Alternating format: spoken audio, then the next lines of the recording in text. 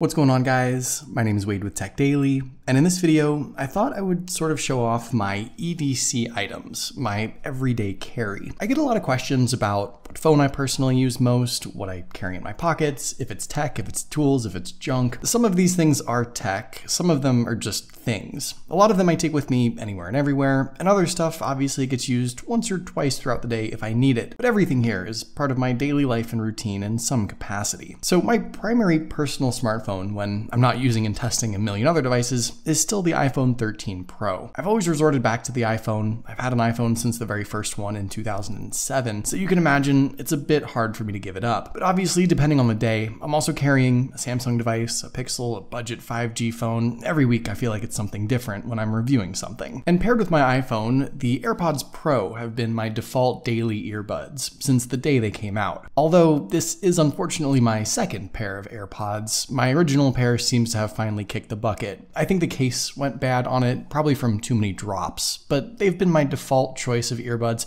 for the longest time now, and I really enjoy them. My iPhone is also being protected by Apple's own leather case. It's been on it for a few weeks, and yeah, it's very pricey, but it's clean and simple, and aside from the normal wear and tear it will no doubt experience, I think it looks pretty good too. I also like to have this case because it sort of matches Apple's little Magsafe wallet. Now, I actually don't always use this, but for the summertime, beach trips, pool days, amusement parks, travel, being able to just have my phone and a card holder and nothing else is super helpful. This thing has definitely gotten a lot of flack since it came out. Yeah, it's very overpriced too, but it works. It holds a couple of my essential cards. It hasn't popped off or slid off anytime I've used it. And the best part is the Find My feature. I think that's the single thing that makes this card holder worth it. Inside the Magsafe wallet, I do keep a few specific credit cards. I'm a big American Express fan, obviously, so my personal Platinum card is my go-to and is essential for travel since I get lounge access and some other perks. My business credit card is also American Express. This is their Delta Reserve card. Great, obviously, for earning Delta miles and chasing status, but they just came out with this new design here for the card that's literally made from a Boeing 747, one of their retired planes. The card looks super cool too, but the fact that it was created from the fuselage material of one of their jets is absolutely crazy. My other essential card is actually a creator-focused debit card from Creative Juice. They are an online banking platform made specifically for YouTubers, Instagrammers, TikTokers, and other influencers. And they not only offer a great back-end banking platform, but they have a lot of creator-focused tools as well that help people like me run my full-time creator business. Their dashboard is half finances, half influencer resources. It's got channel analytics and a custom media kit you can use, as well as transparent income and expense reporting, invoicing, instant pay, where you can get AdSense and sponsor money paid out to you early. It's honestly a great platform, and the perfect pairing for creators and other influencers who want to take their business to the next level. Mr. Beast was even a launch partner with Creative Juice. But beyond that, if you're a creator or influencer in general, or if you have a side hustle or do anything online, I definitely recommend checking them out. Now, something that I don't necessarily take with me everywhere, but I at least use every single day is a toothbrush, thankfully. And yes, this is actually a tech item too, but probably not in the way that you think. This is the new Osmiler Sonic Music toothbrush. And yes, I did say music. You remember those commercials when we were kids that showed the toothbrushes that played songs? Well, this is kind of the adult version of that, but a bit better. On the surface, this is a higher-end electric toothbrush that buzzes and vibrates to help get your teeth extra clean. But it incorporates both bone conduction technology and a built-in speaker to not only give you something to listen to while you brush, but that also syncs up the vibrations to the song itself. Now, don't worry, I won't show you any close-ups of toothpaste spit. This has a removable, replaceable head, and I put on a fresh one for this video, but the toothbrush itself is super nice. It's big, it's sturdy, it has this shiny, almost gold chrome finish and metal handle. It kind of makes it a statement piece next to your sink. And as far as its music capabilities, well, there's a couple of options here. The toothbrush actually has a few built-in tunes that you can shuffle through, but the real icing on the cake is that this is Bluetooth enabled. So you can connect the toothbrush to your phone, load up Spotify, and play whatever song you want while you brush your teeth. I personally listen to music already in the morning, so this fits right in. You can also upload music right to the toothbrush itself from your computer, like an iPod basically. It's pretty wild. And when the music is playing and you're brushing your teeth, you can really hear it and feel it. The combination of the speaker and the vibrations and everything basically makes it sound like the music is playing in your head. And it's a great way to make sure you're brushing for the appropriate amount of time.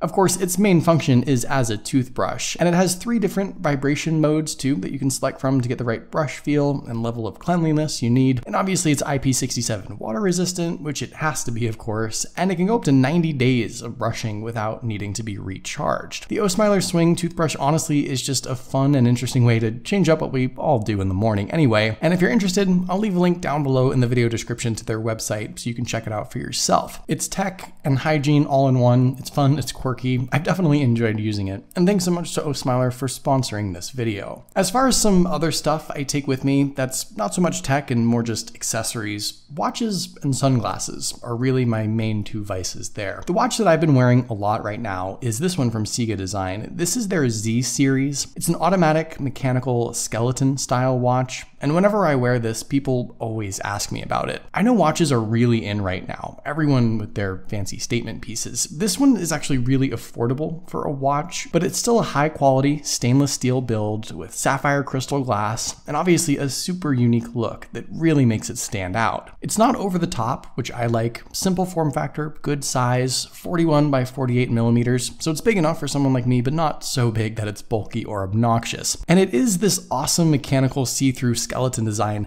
that really drew me to it. It's even an award-winning design, which I think says a lot. The watch has crystal clear glass on both sides, and you can see straight through it to all the mechanical dials and gears that tick, turn, and twist away with time. And honestly, with each glance, I see little tiny details and things that I never noticed before. It's really intricate. When you see it up close, you can pick out layer after layer of mechanisms that make up the whole watch, and supposedly there's 176 individual parts and pieces and 25 tiny little jewels all carefully constructed to make up the skeleton design. The watch also takes just standard sized watch bands, which is nice. This leather band that came with it is pretty cool, but you can also just swap it in and out for whatever one you want. And that's something I like to do quite often. There's nothing worse than having a proprietary or funky watch strap size. Also, for as many times as I've worn it, it's held up really well. The stainless steel casing is flawless. It's not overly shiny. There's some polished chamfered details, but it's easy to care for and maintain. The glass on both sides doesn't have any marks or scratches on it either. It's been a great addition to the small watch collection I have. And like I said, it's really affordable for a watch. So many people I think go over the top with stuff like this, but you can get a really unique, good looking piece for a fair price. And Sega actually has a lot of styles and colors and designs to choose from that I'm sure fit just about everyone's preferences. And I'll leave a link to this watch down below in the video description, along with everything else if you're interested. For sunglasses, I'm a Ray-Ban guy through and through. I have a bunch of different Ray-Ban sunglasses that I swap through all the time. The Wayfarer, the Clubmaster, the Aviators, super classic and timeless looking sunglasses, and I like them so much that whenever I lose them or break them, which unfortunately happens from time to time, I always just go out and buy the exact same pair again. I've had all of these for years. Definitely expensive. There are a lot of great Ray-Ban alternatives with similar styles, but for me, I can't live without them. One other thing I always have around, either at my desk or when I'm traveling, is a notebook and a whole bunch of Sharpie pens to write with. I have a few of these black leather moleskin notebooks that I write ideas in, lists, tasks, to-dos, thoughts, lots of scribbles. For me, it's the easiest and most convenient way to just put all my thoughts and things down and stay organized. And I don't know what it is, but typing stuff on my phone or the computer isn't always the best way for me to keep track of everything. But physically writing it down and visually seeing it all, sometimes charts or drawings or arrows or whatever else, works best for me. And last but not least, outside of tech, my biggest hobby is cars. Driving cars, looking at cars, and if I can come up with any excuse to go out and drive, I will. As a tech YouTuber, I feel like people might assume that they'd find me in a Tesla or a Lucid or Rivian, but electric cars are just not my bag. I prefer the loud rumble of the V8 bi-turbo engine in my AMG GTS. That's my daily driver, and it puts a big smile on my face every time I hop in and take it for a drive. So there you go, those are some of the things that I take with me and use just about every single day. I feel like it's pretty standard stuff. I try and keep things relatively minimal, but let me know some of the stuff that you guys take with you when you're on the go. What are some items you can't live without? Let me know in the comments down below. But hopefully you guys did enjoy this video. Be sure to follow Tech Daily on Twitter and subscribe to the Tech Daily YouTube channel if you haven't already, and I'll see you guys later.